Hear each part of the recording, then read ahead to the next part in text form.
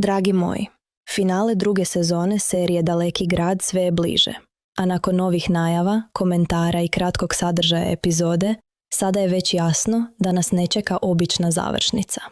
Čeka nas epizoda u kojoj će se ljubav, prošlost, osveta i strah sudariti u jednom danu.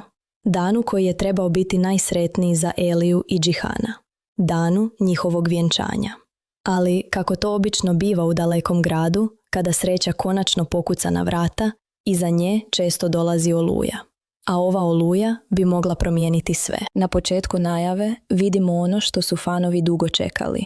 Alja i Džihan konačno dolaze do trenutka kada njihova ljubav više ne mora biti skrivena, potiskivana ili stalno ranjavana tuđim spletkama.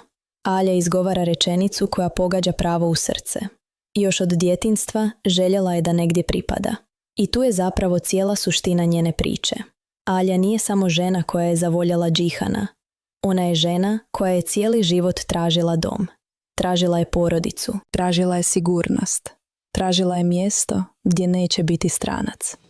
I upravo zato svaka scena u ovoj najavi ima posebnu težinu. Jer Džihan joj ne daje samo ljubav. On joj pokušava vratiti ono što joj je život godinama oduzimao. Jedan od najljepših trenutaka jeste scena na balkonu. Alija je gore, Džihan je ispod nje, a između njih nema potrebe za velikim riječima.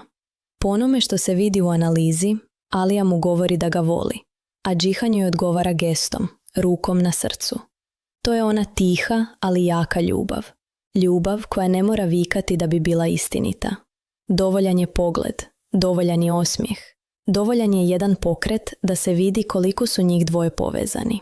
I baš zato ta scena djeluje toliko snažno. Jer nakon svega što su prošli, Alija i Džihan napokon izgledaju kao dvoje ljudi koji su pronašli jedno drugo usred svijeta koji ih stalno pokušava razdvojiti. A onda dolazi trenutak koji je posebno važan za Aliju. Pojavljuje se Peter Daju, odnosno Amidža Peter. I tada shvatamo da su na vjenčanje stigli Elini rođaci iz Kanade. Ovo nije samo lijepo iznenađenje. Ovo je ogroman, emotivni trenutak. Jer Džihan nije organizovao samo svadbu. On je pronašao dio Aline porodice. Doveo ih je iz Kanade. Doveo ih je zbog nje. Doveo ih je da Alija na dan svog vjenčanja ne bude sama.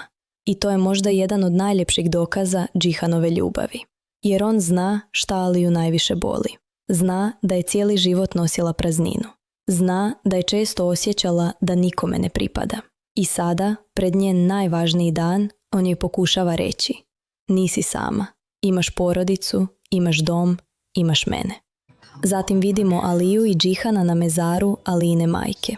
Ta scena je tiha, ali jako teška. Jer prije nego što Alija zakorači u novi život, ona se vraća svom najvećem bolu. Staje pred prošlost, pred gubitak, pred ranu koju nikada nije mogla potpuno zatvoriti. Kao da prije vjenčanja mora svojoj majci pokazati gdje je sada, koga voli, s kim želi nastaviti život. I koliko joj je trebalo da konačno osjeti da pripada. Zato ova epizoda nije samo priča o svadbi. Ovo je priča o Alinom putu. Od usamljenosti do porodice. Od praznine do ljubavi. Od bola do nade. Nakon toga dolazi porodična večera. Za stolom su Alija, Džihan, porodica i rođaci iz Kanade.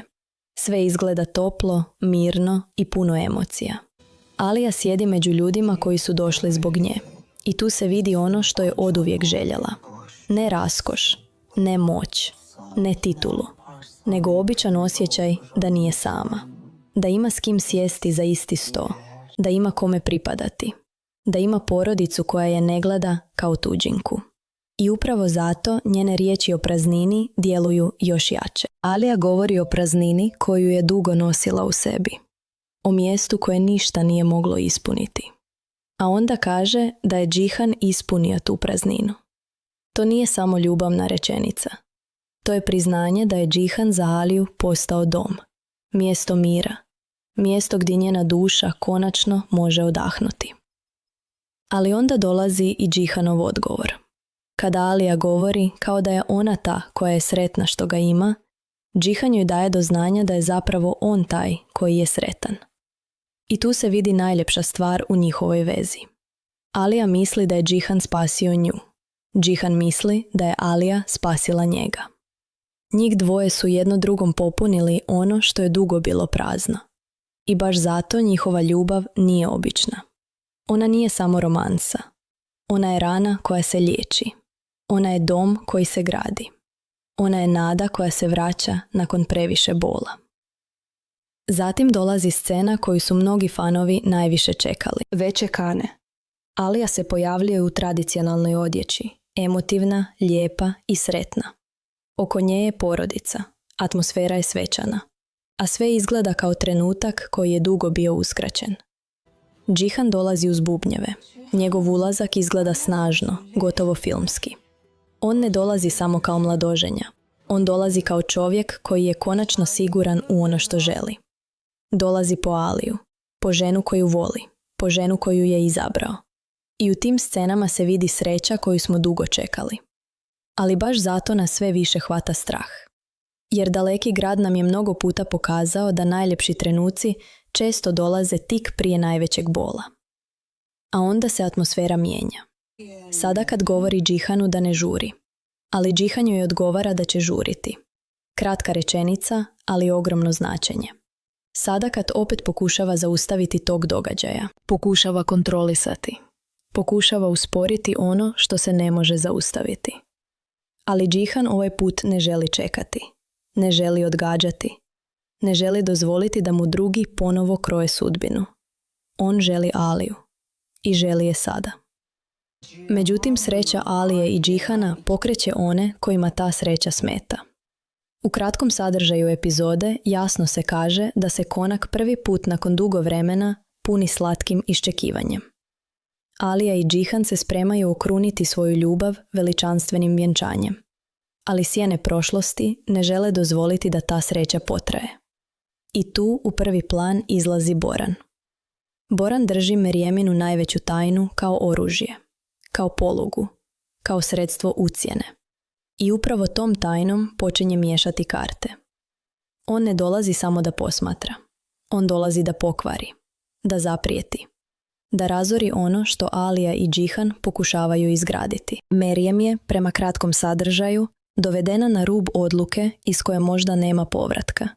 To znači da će i ona biti pod ogromnim pritiskom. Boranova igra nije usmjerena samo na Džihana. Ona pogađa i Merijem, pogađa i Aliju, pogađa cijelu porodicu. A najopasnije je to što Boran zna gdje treba udariti.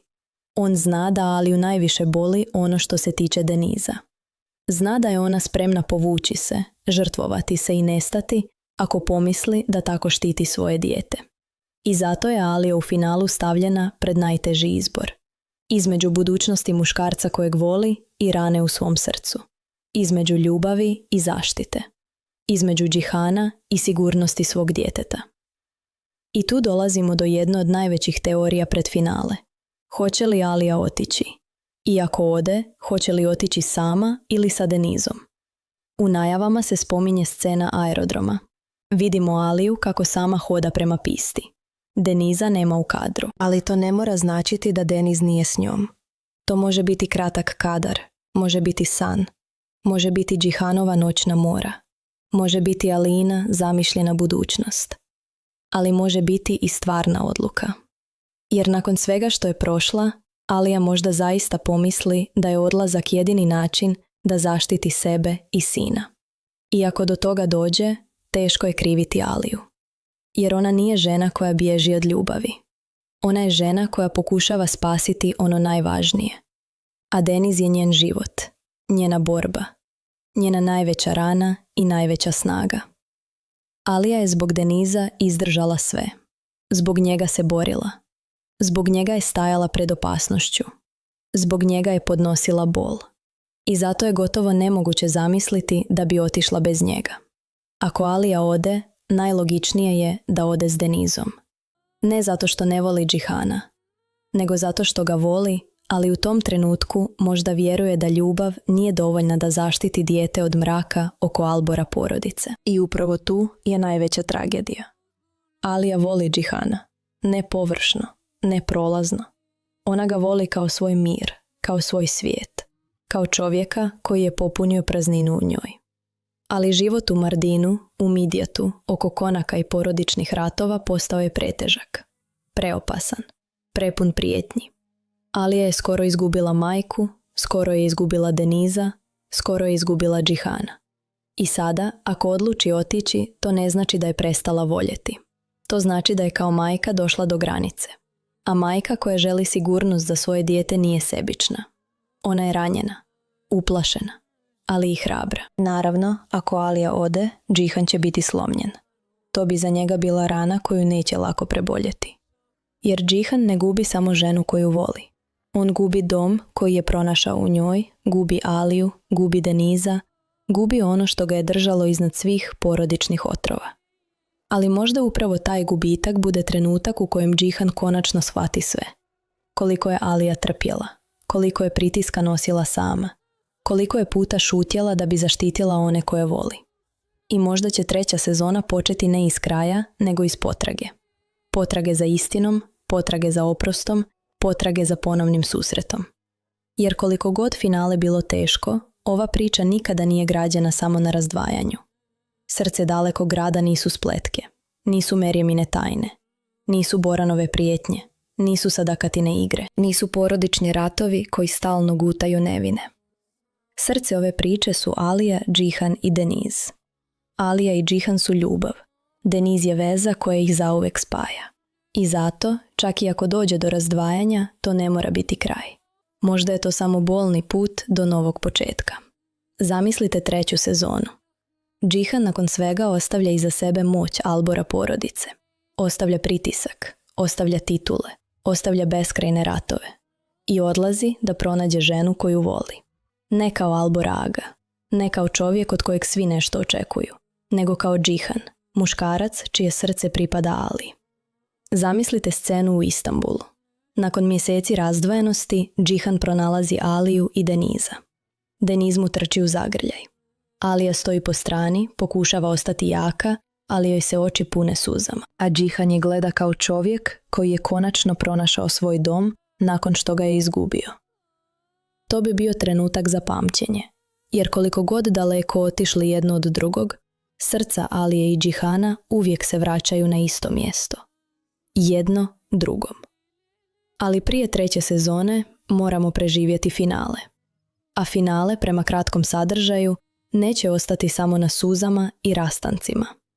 Pjesme sreće će se iznenada pomiješati sa pucnjavom. Osveta starog neprijatelja će prekinuti slavlje. Puške će zapucati, žrtve će biti prinesene, sudbine će se potpuno preokrenuti. I nakon tog mračnog dana, ništa u Albori više neće biti isto. Ovo jasno govori da nas čeka krvava svadba. Ne samo emotivni rastanak, ne samo odlazak, ne samo suze, nego pravi haos.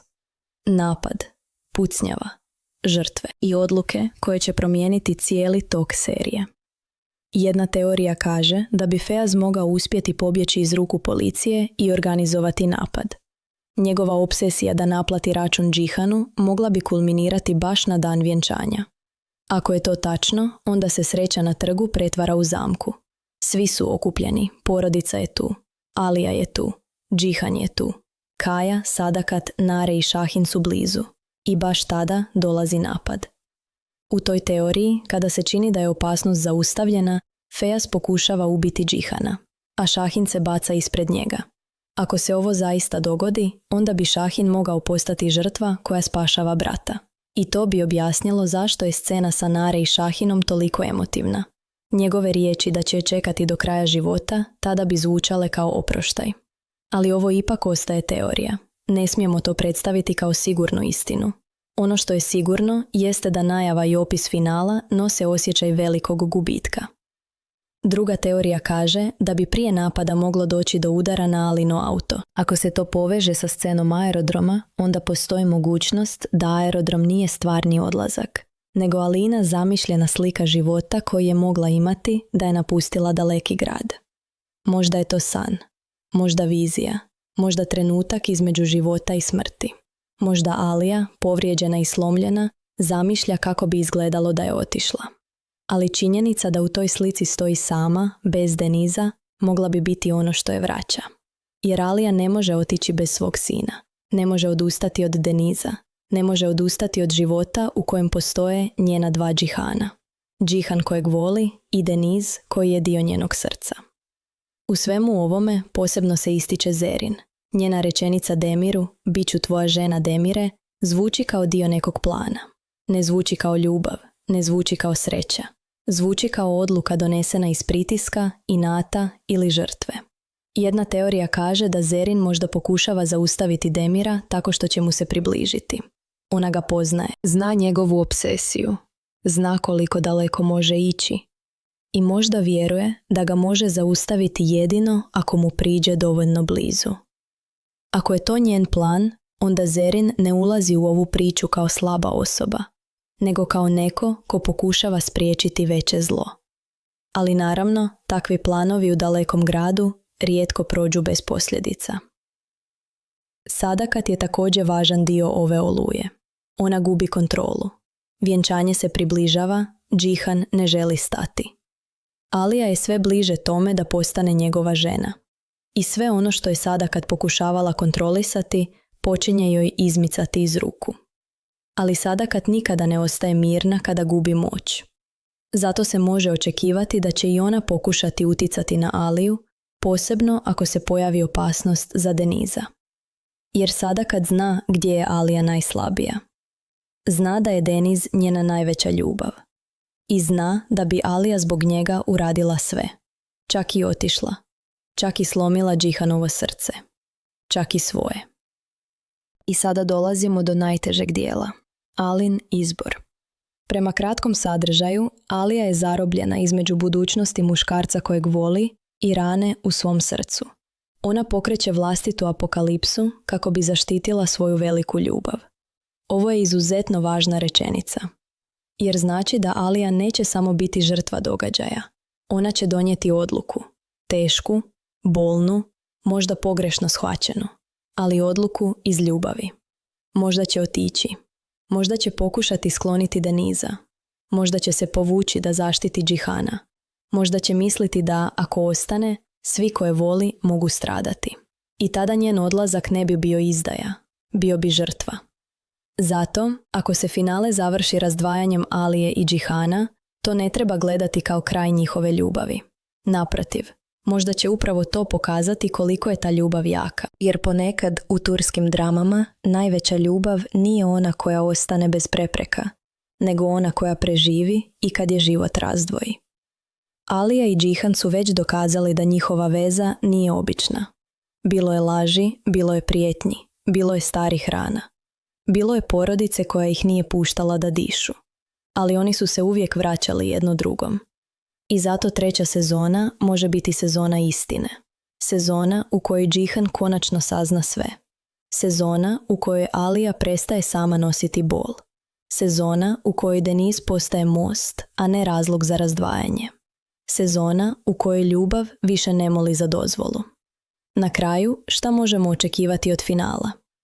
Možemo očekivati predivne scene vjenčanja.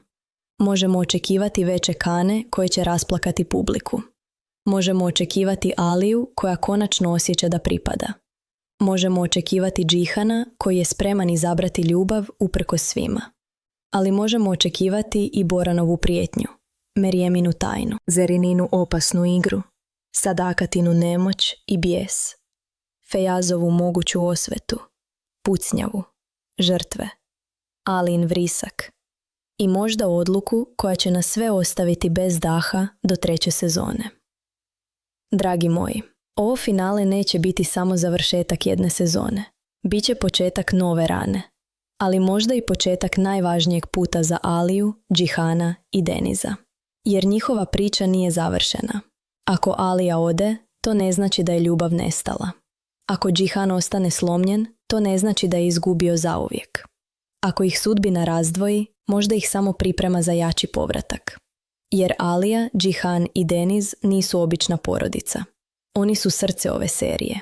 I nijedna tajna, nijedna prijetnja, nijedna spletka i nijedna krvava svadba ne može izbrisati ono što ih povezuje. Zato finale 2. sezone gledamo sa strahom, ali i sa nadom. strahom zbog pucnjave, žrtava i Alinog vriska.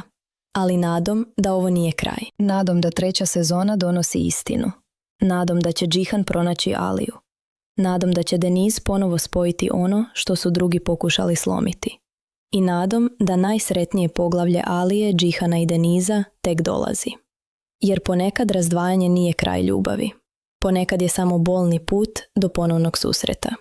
A u dalekom gradu ljubav uvijek pronađe put nazad tamo gdje pripada.